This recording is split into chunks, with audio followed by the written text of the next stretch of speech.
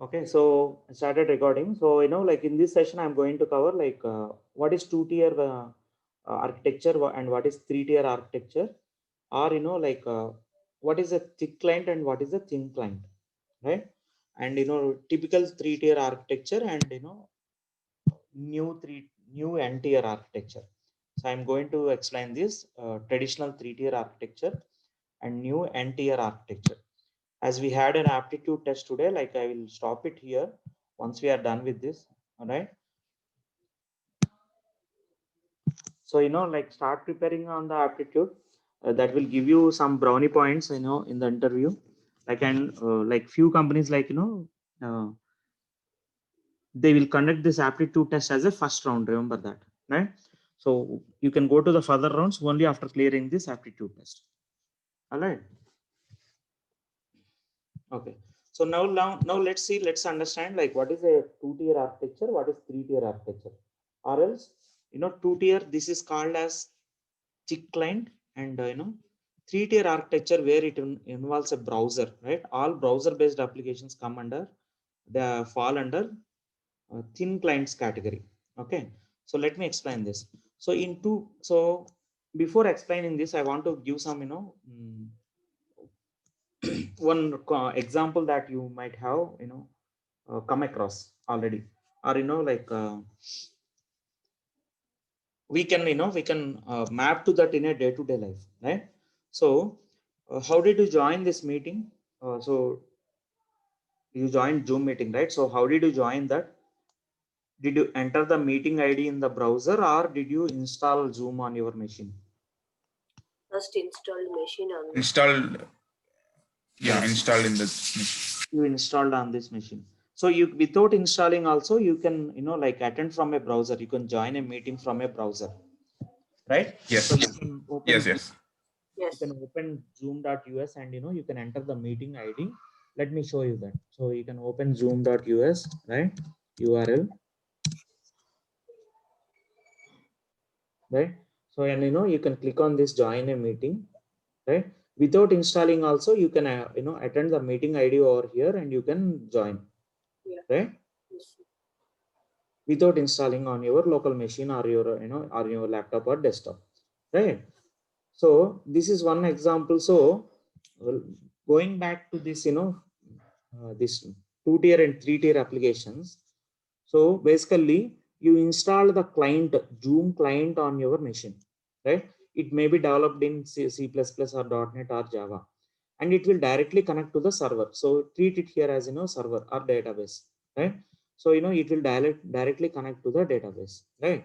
So such kind of applications where you need to install the complete application on your machine, those machines are called as thick client applications, right? Thick client applications. I'll give one more example, one more familiar example.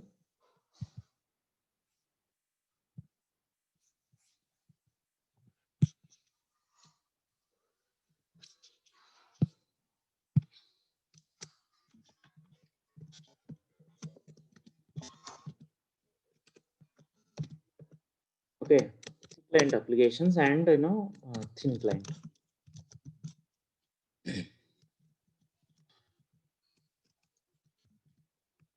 So all browser-based applications are called as thin client.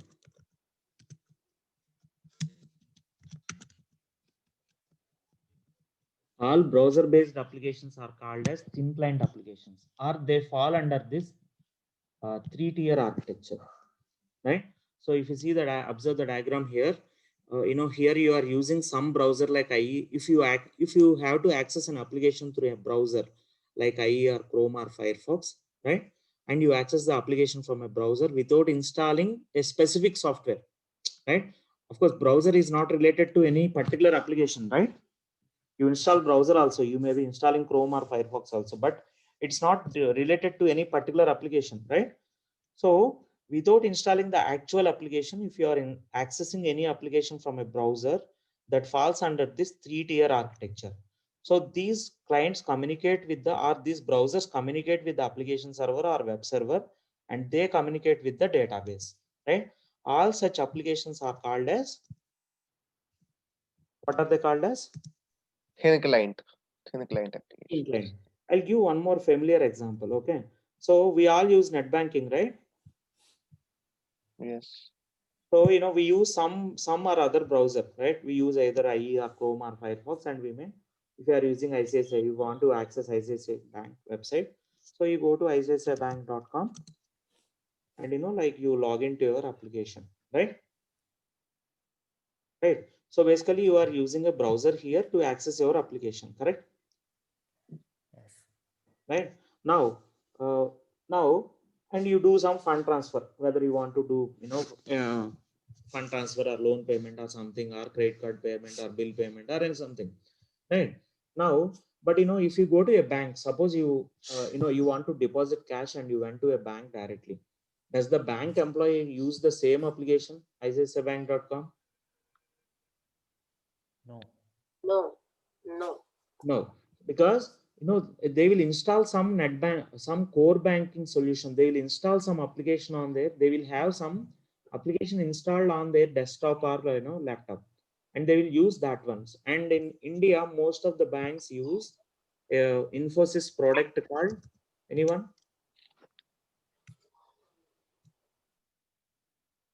Any idea? Infosys developed a product for banking operations. That is called as Finacle. Did you hear any time? Yes, yes. Right, so it is a core banking product developed by Infosys that provides universal digital banking functionality to banks. Right, in India, most of the banks, Finacle is used by banks across 100 countries to serve over 1 billion customers. In India, most of the banks use this Finacle product.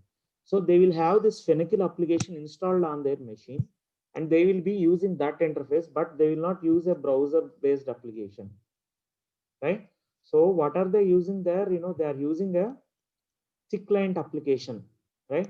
That Finacle client software will be installed on their machine, and it will be directly communicating with the database. Clear? Yes. Yes, yes. So like this. So this is the so as a end user, we will be using a browser like this, and if you want to access any net banking application, we use some browser like this, and like it involves a 3-tier architecture, right? It involves more than two layers or 2 tiers. But whereas as a or else we can take one more example. Is it clear? First of all, is this example clear? What is Finacle now? What is this ICICIbank.com net banking? Yes. Finacle falls under which category? Architecture. 2-tier. Two-tier architecture. Yeah, such kind of applications are called as 2-tier. Client. The client application. The thick client client. applications, right? So that client may be installed in any language like C++ or .NET or Java, right? Whereas like when we are using as an end user, we all will be using, right, a browser-based browser, and we will be accessing the URL, right? This is clear, right? Can you give one more example? Anyone? We have one more example in the reservation system, ticket reservation. So you might have known this.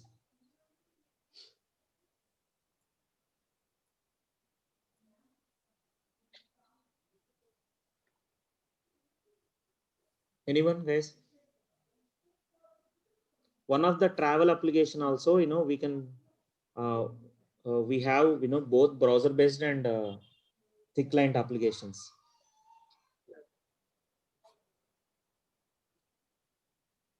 Even food delivery application.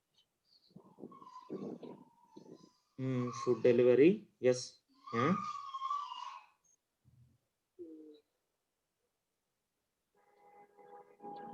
Yeah, correct. So we can use an end user. We may be using any app or in browser, right? But the outlets may be installing some application on their on their machines, on their laptop or desktop. IRCTC for railway reservation, we all use as an end user. We use IR browser based application, right? We access irctc.co.in in the browser. But if you go to a railway reservation center, will they use a browser like us? No. So next time if you go, like, you can observe, like, or else you can, if you have any friends in the bank, you can ask them like what application they use for their, for their banking operations. If you have any close friends or relatives in the bank, you can ask with them, right? So Finacle is one of the major product. Like just check like what is the application that their bank uses, right? In the same way, like coming to IRCTC as well. So for railway reservation, if you want to book a ticket, right, we will be using irctc.co.in. But if you visit any railway reservation center, you can observe they don't use a browser and they won't access IRCTC for booking a ticket for you. Agree? Yes, sir. Right, but they will be having some application installed on their machine and they will be using that, right? So that is, they are using thick client application over there, right? So this is the difference between thin client and thick client, right? Okay, so now let any queries over here? No. So why should we know this, like thick client and thin client? Because in your like you may need to test thin client and thick client as well in some project, like, or for example hospital software, right? Suppose like we want to book an appointment with the doctor, right? So we use some website, right? We use the hospital website and we book an appointment. But if you go to the hospital, they will not be using that browser based application, but they'll install the, so GE Healthcare is one major healthcare application provider. So GE Healthcare, GE, right? General Electric. Yeah. General Electric, yeah. So they have some software developed for hospitals, right? So your hospital may be using that application which is developed by GE Healthcare, right? So you may be, I worked on a GE Healthcare application. I tested a desktop application, one of my in this last 15 years in Tech Mahindra. When I was working for Tech Mahindra, like I worked for GE Healthcare project where I had to work on a thick client application or desktop application. We did performance testing for a desktop application, right? That is the reason I am explaining this thick client and thin client, and also important FAQ for interviews. Yeah, someone is asking something. Yeah, Kishore, for two-tier architecture, why it does not read server? Because for processing we need server, right? It will directly communicate with the database server. Okay. And how it will take request and response? See, for example, so if you go to a reservation, if you take bank, right? So the client will be installed on their application, and all the processing logic and all will be there in that client itself. Okay, understood. It will just interact with the database and fetch the data. Whatever data is required, it will fetch the data. Okay, fine. All the code resides in the client itself, in that software itself that they install. Okay. Okay. So, these are the examples for thick client and thin client, guys, right? So one is Finacle versus, net banking application. The other one is IRCTC application in reservation counter versus the net banking. So web-based application, right? IRCTC.co.in application, right? And few other examples are like, hospital software. So, if you go to hospital, like, the front office will be using an app. They will install the software on their machine and they will be using that if they want to schedule an appointment or receive the payment and all, right? So but as an end user we will be using the URL provided by them, right? Yes. Okay, so any queries over here before move to the next slide? Hold on, my machine got hanged. Yeah. So what is meant by, so is it clear? Yes, any queries over here? No, sir.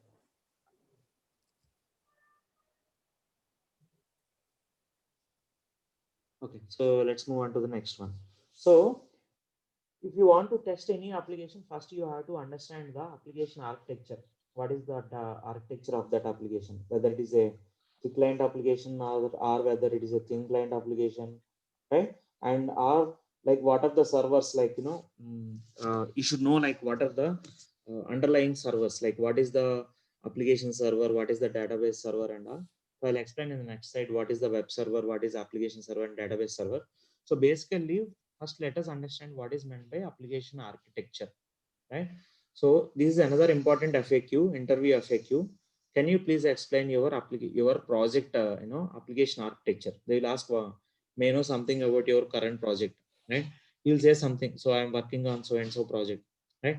Then they may ask like, can you explain your application architecture? Got it? So architecture means pictorial representation of an application's components or servers, etc., software and connections, right? Application architecture diagram helps us to understand how those applications interact with each other to meet the business or user requirements, right?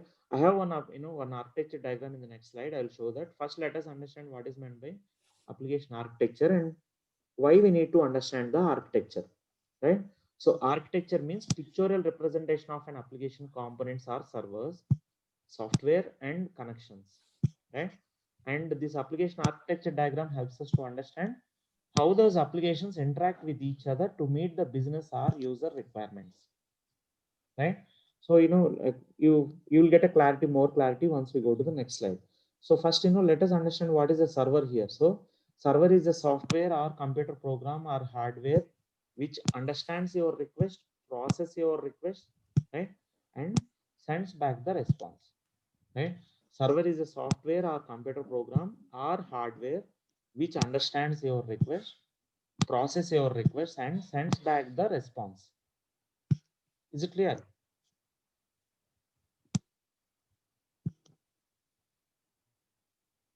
Yes, is it clear? Yes, sir. Yes. Yes, yes. Right. Now let's understand, so let's move on to the next slide, like you'll get more clarity over here now.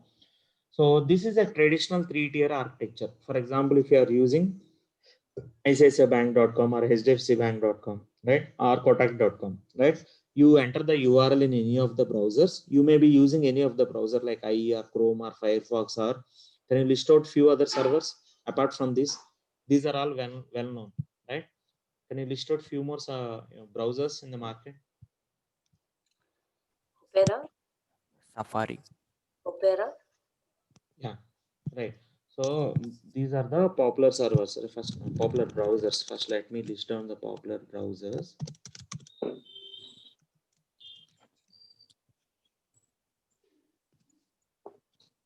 Yes, these are more popular, right? Of course, Internet Explorer is replaced by Edge now by Microsoft, right? Internet Explorer, or both of these browsers are from Microsoft, right? Know that, right?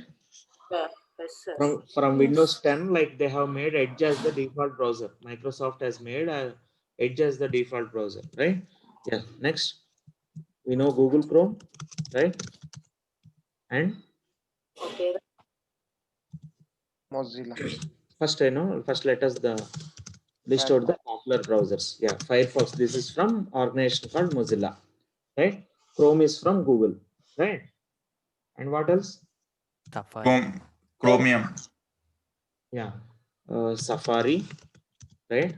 Opera, right? Next, UC browser. Netscape and so on, right? Electron. Netscape Navigator, right? And UC and so on, right? Electron. And there is one more browser like some Bravo, it seems, Brave, yeah.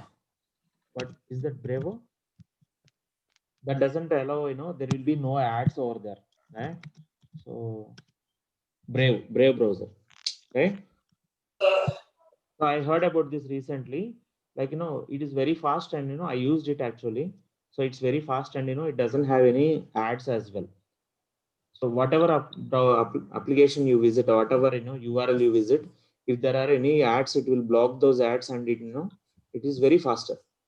I think I have it on my machine. Hold on. My son told me about this browser. Okay. As he's attending online classes, you know, like he read somewhere about this and he told me about the browser. So no matter, you know, like how many ads are there. See, you can see here, right? Trackers and ads are blocked. 24 MB bandwidth saved, 40 seconds time saved. So basically, this browser is fast, you know, by blocking all the ads. Right? You got it? So it will you know, display the main application related content only, but it will block all the ads. IRCTC, does it have any ads? No, it won't have. So we'll take some website like, you know, any can you give some, you know, some websites which have more ads, more advertisements, guys?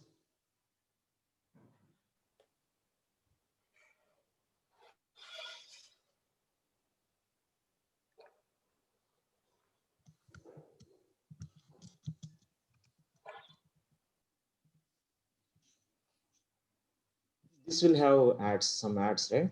But you know, this, if you access the same application in Brave browser, like it won't you know, let any ads display.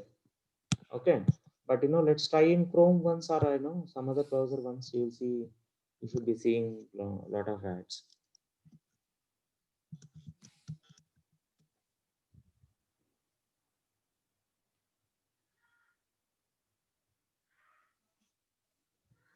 See, these are all ads, right, guys? Yes, sir. So these are all ads, right? You see, you know, one ad over here, some, you know, green alpha builders or developers, right? So did you observe that, you know, the Brave browser won't did not allow those ads, right? Yes, sir. And it will, obviously it will be faster. Got it? No, yes. Yes, sir.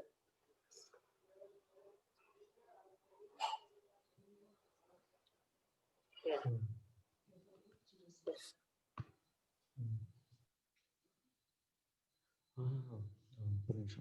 Yes, 1 second, give me.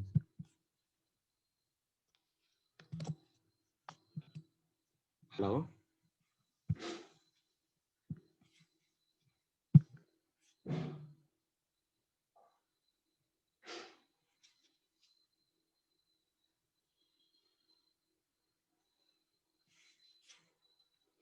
ఇది access పోయిందంట.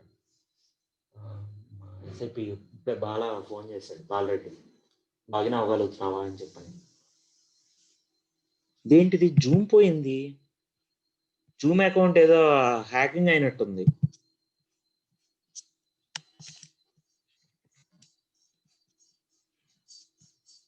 Are you able to hear me? Yes, sir. Yes. Yes, Okay. yes. Okay. Yes, sir.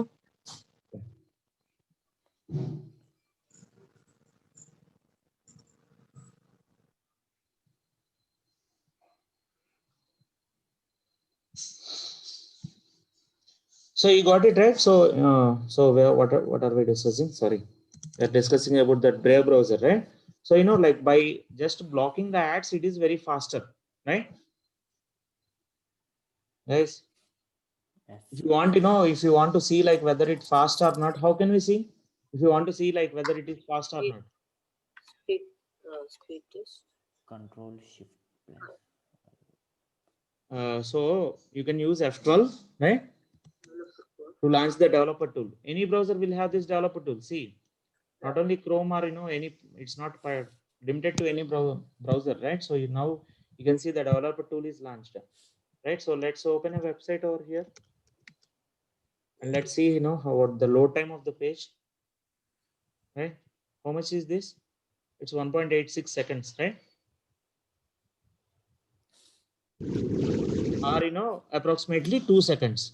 Finish time, I'm seeing finish time as 2.14 seconds, right? So let's see the, you know, in some other browser. Let's open a Chrome and visit the same. I didn't check this anytime, but let's check. Normally I observed that, you know, like because of this blocking the ads and all, it's faster. Okay, first let me launch the developer tools. Go to network tab, and access any. Hold on. Let me clear this. Right, and I'm accessing the website.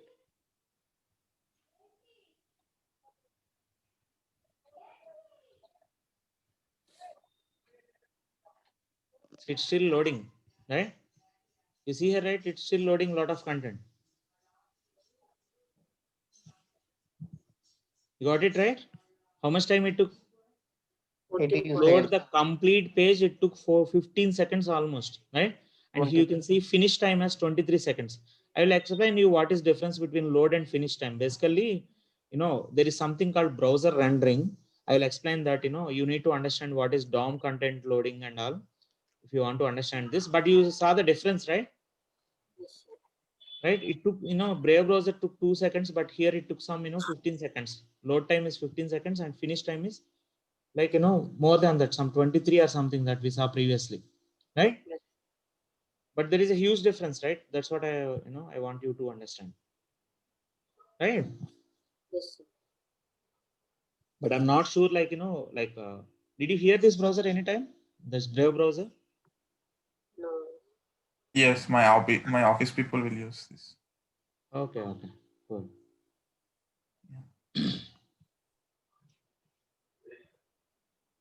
All right. Okay, so let's go back to our.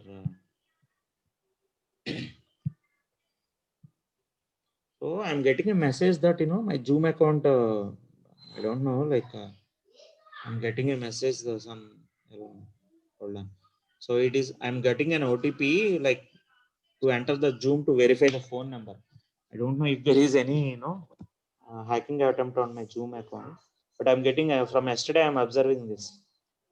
It is asking to like I'm not sure whether Okay. Anyways, I'll check later. I thought like I moved when I'm not able to see Zoom. I thought like my account was closed or something. My Zoom was closed or something. Anyways, so let's understand this. Let's go back to this, right? So, so in a traditional three-tier architecture, you have all these, right? So you will access the application through one of the browsers, right? And you will, your request will first go to the web server. Say, for example, you type gmail.com, right? So your request, that is a request. You are making a request to the Gmail server, right? Your request will go to the web server, Gmail web server, and then it goes to the application server, and then it goes to the database server, right? Not all requests go to the database server, right? Every request will not go through all the servers. Okay, so suppose you type gmail.com, right? So like you will get, let I'm opening a in private window, and you type, for example, you type gmail.com, right? So this page is common for everyone, right? Or that is a static content, I can say, right? This is static content, means this does not change for each user. Agree? Yes. Right? So all such static content will be served by this web server. All the static content will be served by this web server, right? And so next what do you do? So you enter your email ID or or phone number, right? So I entered my, for example, I entered my email ID and click on next. Then it will ask for a prompt.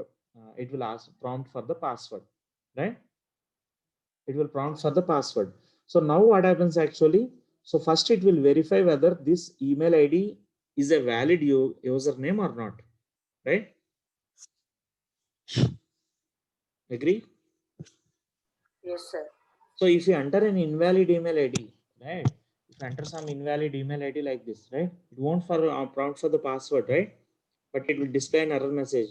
Enter a valid email or phone number, right? So this testing is done by which team? Functional. Functional testing. Functional testing does that.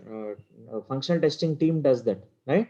So that is Yes. covered as part of functional testing, right? Yes. But so why I'm explaining here is your request will not go to the go to the servers, right? In this case, if you enter an invalid email address, so basically this does the in the client side only it verifies. In the browser itself, this will be verified. If you entered a valid email address or not, it will be verified in the browser itself. Okay, fine. So I entered some some email ID. So you need not enter at gmail.com also, right? You just, you can enter this one and click next. Now it will prompt for a password, right? Now, if you enter a valid password, it has to validate whether it is a valid password or not, right? Once you enter the password, it has to validate whether it is a valid password or not, right? Yes, Yes, sir. right? So now, it will be stored somewhere in the database, and it has to, your request should go to the, all the way to the application server and database server. Clear? Yes, sir. Right? So then, it has to see in the first moment, first request you sent, you typed gmail.com, you have sent a request to gmail.com. The request will be served by the web server itself, right? But when you enter the password, or when you log into your application, it has to fetch all your mails from the database, right? All your mails will be stored in Gmail servers, and it has to fetch that, and it has to display the your mailbox, right? Then it will go to the application server, and then it goes to database server. Clear?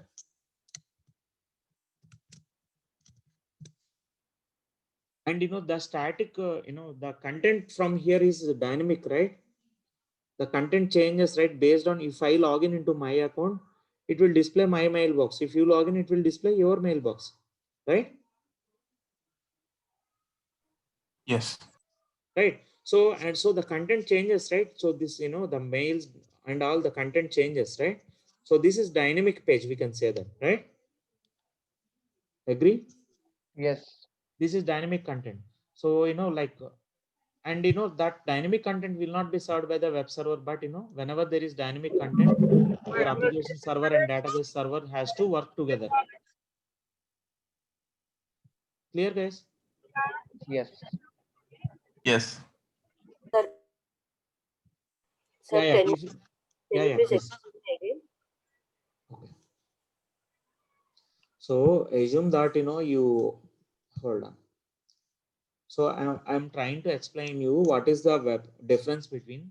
So if you observe this diagram, there are some multiple components here, like web server, app server. App server means application server, right? Yes. Application server and database server. I'm trying to explain what is the difference between a web server and an application server. Okay. Okay. So whenever you access, any application, for example, you type irctc.co.in.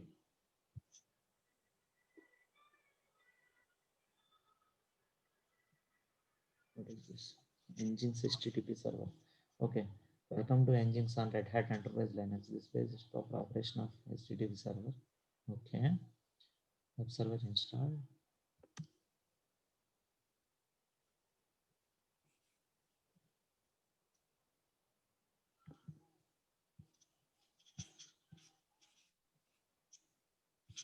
Hold on. Let me take a screenshot of this.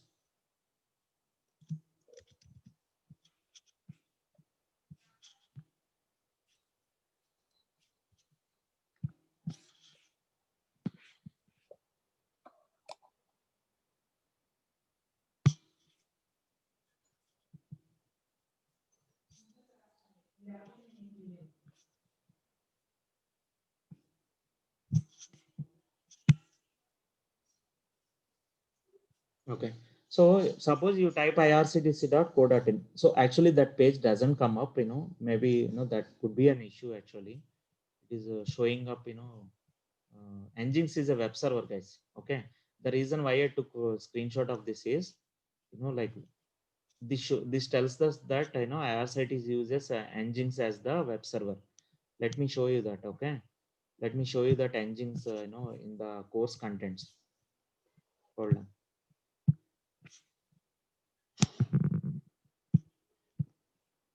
I gave a list of, hold on 1 second, please.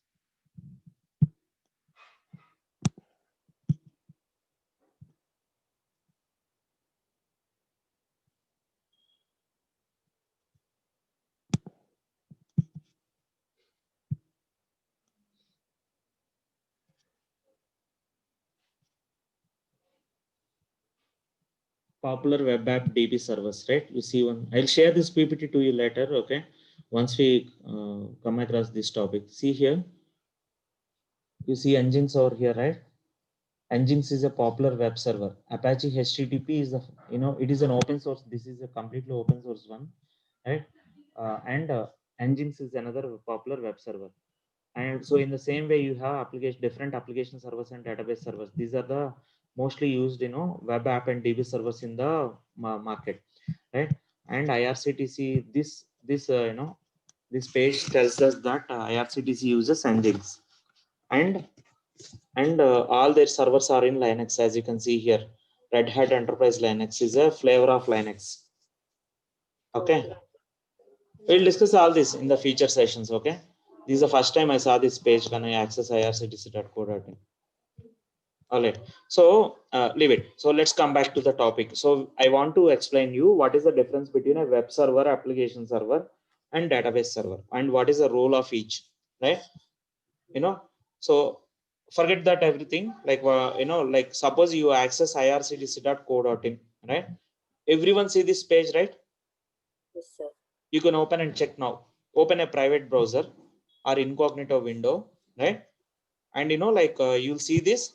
Everyone will see the same page, right? Yes, sir.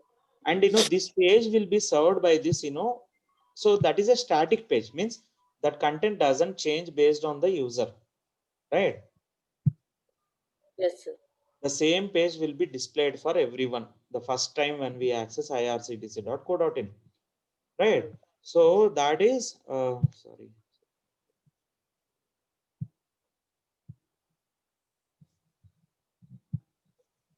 So that is static page, and that static content, all the such static pages will be served by something called web server. Okay, In sir. the architecture diagram, we have the first layer is web server, right? Yes, sir.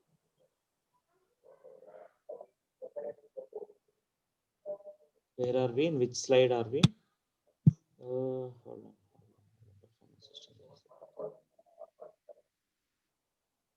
I have to reorganize the index. Okay, I'll do that later. Let me go back to the slide. Right. So all the static content will be, or else whatever we see in the browser, that will be served by web server, and particularly web server serves the static content Yes, on itself. When you type irctc.co.in, your request will go to the web server, and web server serves that content because it is a static page. Is it clear? yes, sir. When I say static page, it is same for everyone, same Hmm. for every user, right? It doesn't change from user to user. Yes, sir. Clear? Yes, sir. Right. Now, suppose you log in, right? Or else, you search for some trains from Hyderabad, right? Hyderabad to, Bangalore. Okay. And you do a search, right? Now, Yes. right? Now, is this page static? No. This is Ah. dynamic, right? This is dynamic, right? So, all this data changes every time, right? Yes, sir. Agree with me? Yes. See, now there are 81 tickets Yes. in AC3 tier of this train, right? But this is, this changes over time, right? So this is a dynamic page, right? Yes. All such dynamic content, whenever there is some processing involved. So basically, what does it do? When you search for trains from Hyderabad to Bangalore, application, your IRCTC application should process some logic. It has to fetch all the trains only from Hyderabad to Bangalore, right? And all those details will be where it will be stored. All the train details will be stored in database, right? So there is some processing involved. It has to run a query, something like this. Okay. First, it has to, when you search for trains from Hyderabad to Bangalore, so it has to run some query like this. Select star from, right, trains table, where source is equal to, right, Hyderabad, right, and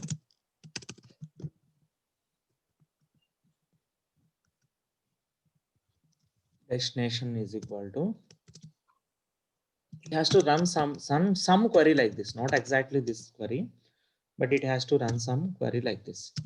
Agree? Yeah. Yes. And it will fetch the, fetch all the trains from Hyderabad to Bangalore, and all those, train in database, that there may be having a table for trains, which is having all the trains, right? All the trains details, and it has to run a query. Application has to run a query, means there is some processing involved here, right? And application server does that processing, Yeah. and it will connect with the database and run that query, and database returns, it will get the results from the database, and then it sends that application server sends that data to the web server, and web server displays the page to the user. So this is what happens when you use any such application, Yes, sir. right? Yeah. Now, if it is a static content, it will be served directly by the web server. But whenever there is some processing involved, right, then application server will come into picture, and it will process the logic, or it will process some query, SQL query, database query. For that, it will connect to the database, and database will return the results. It will, in this example, what does it return? What does the database return? It will return all the trains from Hyderabad to Bangalore, right? Right? And the application server sends that response to web server sends that response to the browser. Is it clear? Yeah. Yes. So now you understood what is the purpose of web server, application server. So anything that user sees, that is served by the web server, that's why this is called as presentation tier. So this should be pronounced as tier. Not a few people pronounce as tier. It's not tier, but it's tier.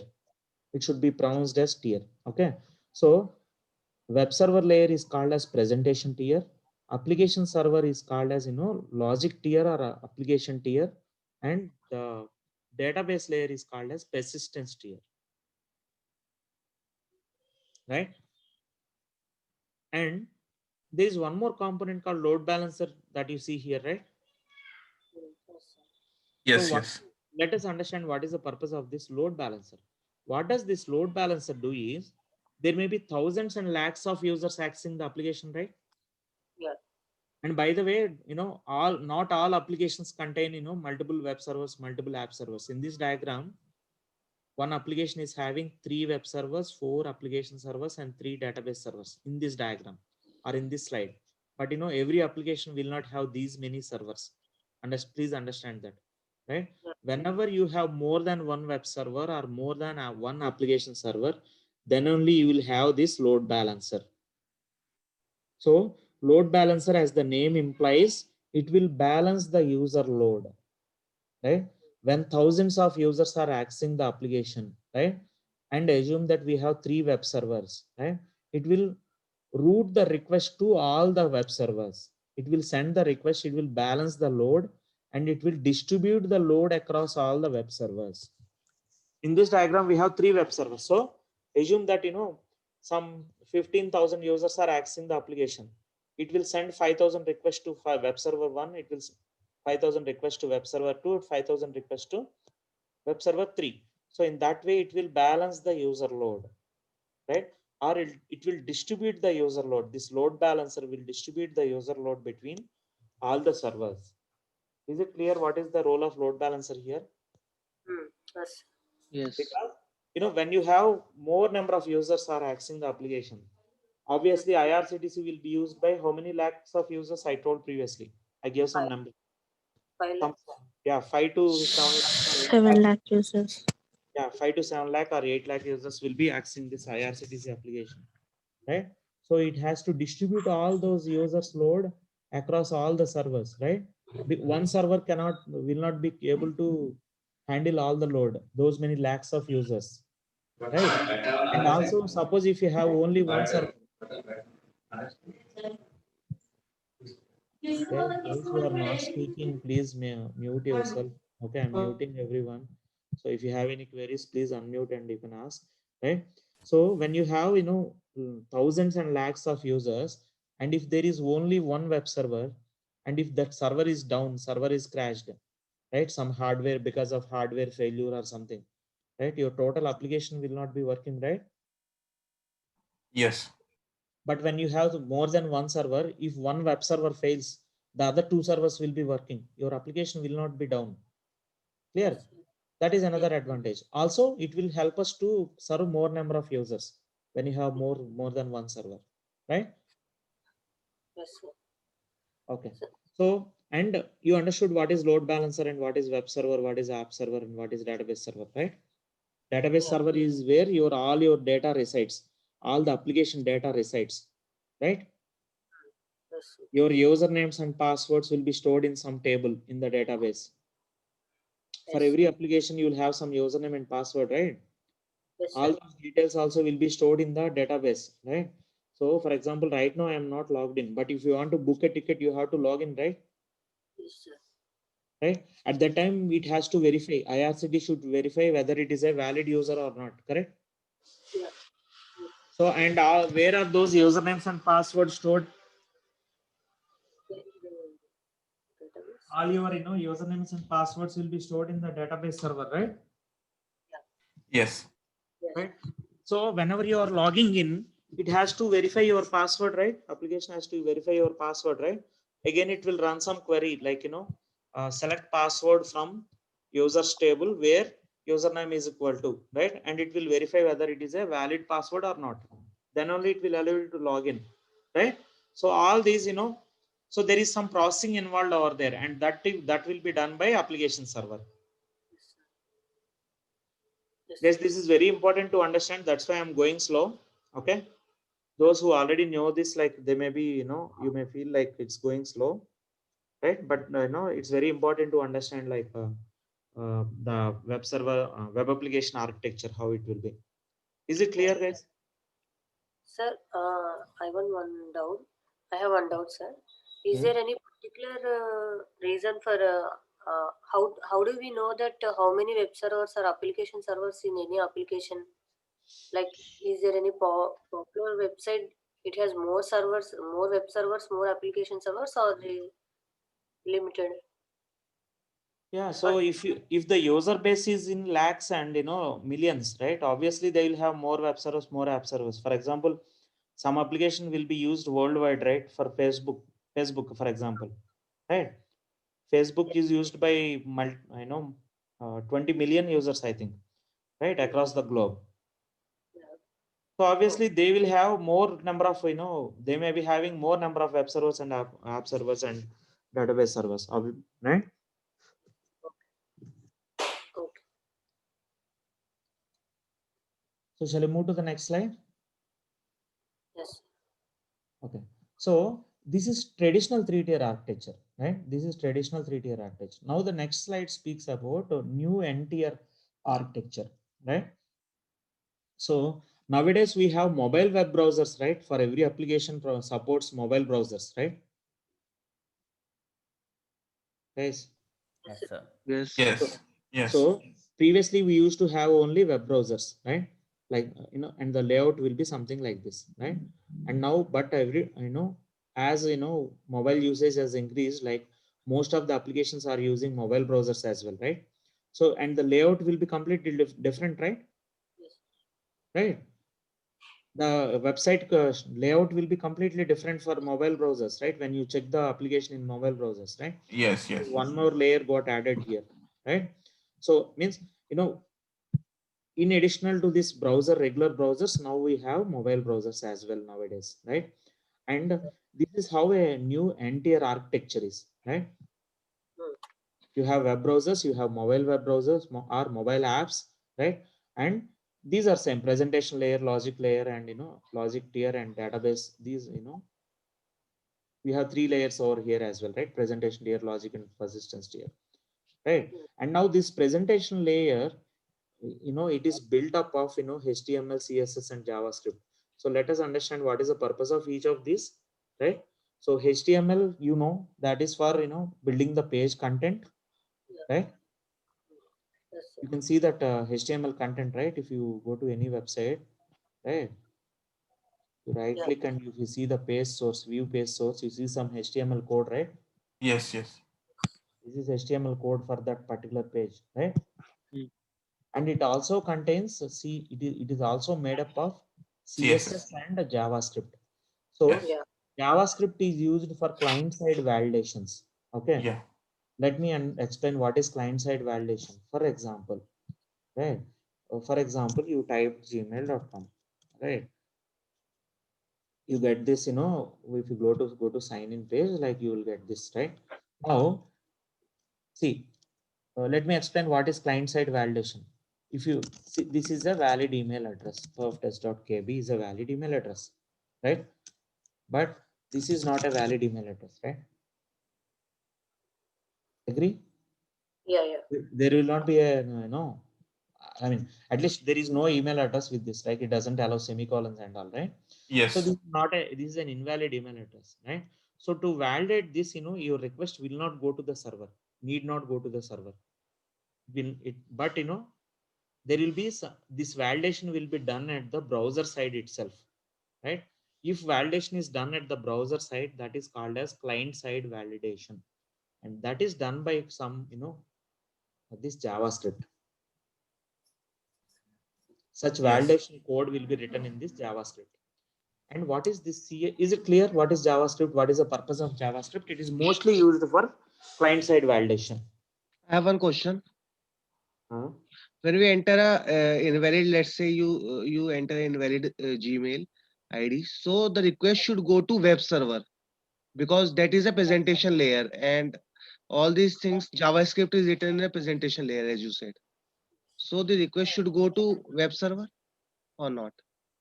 No, no. So when you access that page, you know, when you access this IRCTC, that JavaScript will also will be loaded to the browser. When you access this gmail.com, when you access this page gmail.com, there will be certain JavaScript files that will be loaded to the browser. Okay. And I believe that validation happens in the browser itself. It doesn't go to the web server. Yes. Yes. Okay. Okay.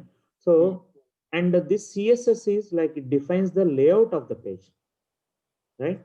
So the purpose of CSS is to define the layout. For example, layout means this sign in page should be at the center of the page, right? And you know, button should be in blue color, or this text should be in blue color. No, not exactly CSS. Yeah, it contains the style sheets as well. Correct. So there should be a text box here, right? All this layout will be defined in CSS file. Hmm. You understood what is layout, Yes. Yes, sir. right? So CSS stands for cascading style sheets. Okay. CSS stands for cascading.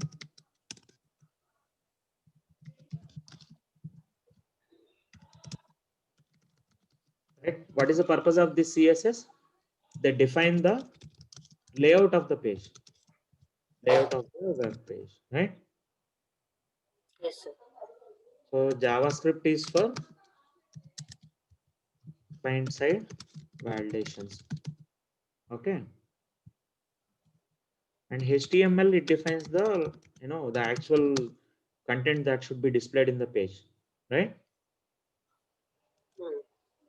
So this will, you know, I mean, developers use this HTML language to build that, you know, whatever we see in the page browser, right? HTML content.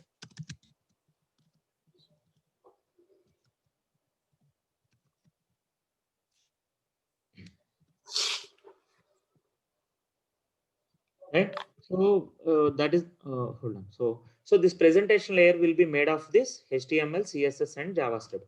Let me show you that. Let's verify that. Okay. So how can we see that? Which one? How can we see, like, you know, what are the page components? Network tab. Yeah. So you can check from developer tools, right? So I will take incognito because, you know, it will load the page. It will load the mailbox if you use normal browser, right? Because I think I'm already logged in. Anyways, so any browser is fine. So I opened incognito browser and Control Shift I to launch the developer tools. Okay. So, you know, I'm sending a request to gmail.com. I'm typing gmail.com. Okay. Now you see, like, there are 20 requests that went to the Gmail server, right?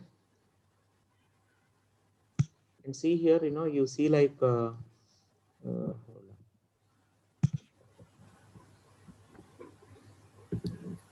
So you can see, like, you know, there are some documents, SVG plus XML script, right? There is one script file over here. Or else let me take one more example where you can see like all the CSS, JavaScript and all. Okay, so I'll go with, close this tab, and I'll go with, apple.com site.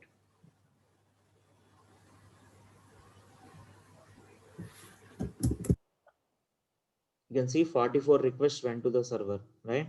And you see, if you see the content, see here, you can see Java, CSS files, right? And let's come from the beginning. Let's observe from the beginning, right? You see some JavaScript files over here, right? .js, right? And you see CSS files, right? And HTML content. Document, you see some, the type as document, right? So that those are all HTML content documents. You see the type as document, right? Yes, sir. And you see CSS files, JavaScript files, and images and all, right? Yeah, style. You see CSS, the document type is style sheet. Yeah. And you see some images as well, right? Of different formats, right? You see PNGs, you see like JPGs and all. You may be having JPGs. Yeah. Here you see some JPG. You means you have different image formats as well, right? Style sheets, and all, right? So a page, the presentation layer is made up of HTML, CSS, JavaScript, and you have, if it is the latest application, you have many other technologies, right? You have WAF files, that is for fonts, it seems, WOFF, right? So presentation layer, any page, any web application presentation layer typically made up of these HTML, CSS, and JavaScript. Okay, I'll stop it here in 2 minutes. Okay, please bear with me for 2 minutes. And the next layer is logic layer, right? Or the application layer, right? This will be developed in any of these languages like Java, or Python, or PHP, or .NET, or any other programming language. This logic layer will be built by any programming languages like this. It can be Java, or it can be .NET, or it can be Python or PHP, and so on, right? And database, in the database layer, these are we have many databases like MySQL or PostgreSQL or Microsoft SQL Server or Oracle, right? I have given a list of all these in this slide. These are the popular web servers, Apache, HTTP, and Nginx, and these are the popular application servers, right? Tomcat, WebLogic, WebSphere, JBoss, Pramathi. Pramathi is a Hyderabad-based company, right? Pramathi Technologies. This is an application server developed by a company called, a Hyderabad-based company called Pramathi Technologies, Yes. right? So, and WebLogic is actually developed by a company called BEA. It was later acquired by Oracle. BEA was acquired by Oracle, so that's now it is. Previously, it was called BEA WebLogic. After post this acquisition, like it is owned by Oracle, so it's called Oracle WebLogic now. Okay, and coming to database servers, you have many databases. I have highlighted the mostly used database servers. If you observe, I have given color coding. So mostly used databases are Oracle, MySQL, and Microsoft SQL. Apart from this, you have IBM DB2, MongoDB, SAP HANA, and so on. Okay, I'll stop it here. So any typical web application consists of all these components like web server, application server, database server. And if you have more than one web server, more than one server at any layer, you will have a load balancer as well. Yes. Okay, I'll stop it here. We'll continue tomorrow. Okay. Yes. And again, each layer is made up of all these, like presentation layer is built using HTML, CSS, JavaScript. Logic layer or application layer can be developed using any of these languages, right? And database layer may be having different databases like Oracle or PostgreSQL or MySQL. MySQL is an open source. You can also download and you can use it for free, right? Oracle is a licensed one, obviously, and say Microsoft SQL is also a licensed one. PostgreSQL is also a licensed one, right? Yes. So you have but this is an open source. MySQL is an open source. Postgres, I'm not sure whether it is an open source or licensed.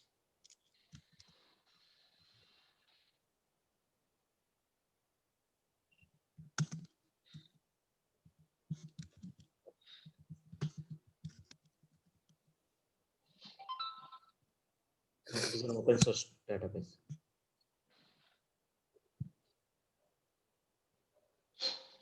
Open source means like we need not buy any license. to use, License. right? But whereas license tool, if you want to use Oracle, like you have to buy license from Oracle, right? If you want to use Oracle data as your database, right? Or if you want to use Microsoft SQL, you have to purchase license from Microsoft. I'll stop it over here. Any queries, on the topics Load discussed today? balancer also software, sir. What is that? Load balancer. Load balancer, yes, load balancer is also a software. And again, in load balancer, you have multiple load balancer algorithms. We'll discuss that later. I think I covered it in the same slide. Load balancer algorithm somewhere over here. So you have multiple load balancer algorithms like round robin, least LRU, and so on. Okay, I think I have it. Yeah, here it is. These are the different load balancer algorithms like round robin ratio, and least connection, fastest, observed, predictive, dynamic ratio. These are the different. They can be classified into two categories: static load balancing and dynamic load balancing.